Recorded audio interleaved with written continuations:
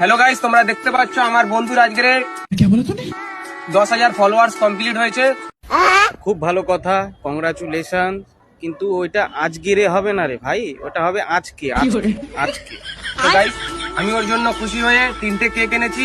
अच्छा 10,000 follower complete হয়েছে বলে 3টে কেক? এবার জন্মদিনেও লোকে 3টে কেক আনে না। 5 বছরের জন্মদিনে লোকে ভালোভাবে বড় করে করে আমাদের বাঙালি ফ্যামিলিতে, হ্যাঁ, তখনও একটাই কেক আনে, তুই 3টে কেক নিয়ে এসছিস। আর 3টে কেক সব গুচির কেক, ঠিক আছে? কি বললি? কিসের কেক?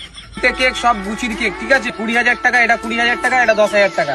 জানলে ওরা মানা গুচি আবার কেকও বানায় মানা?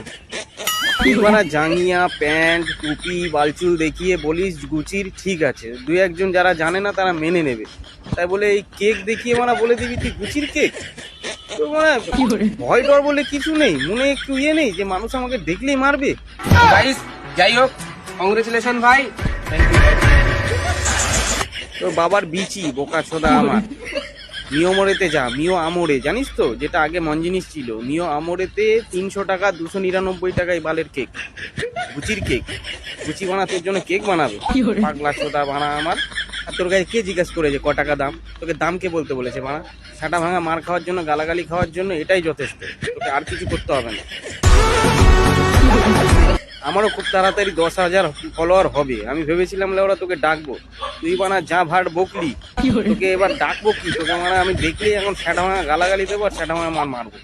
তুই রাস্তায় বেরাস না, চুল টেনে ছিঁড়ে ফেলে দেবো, আমি বলে দিচ্ছি।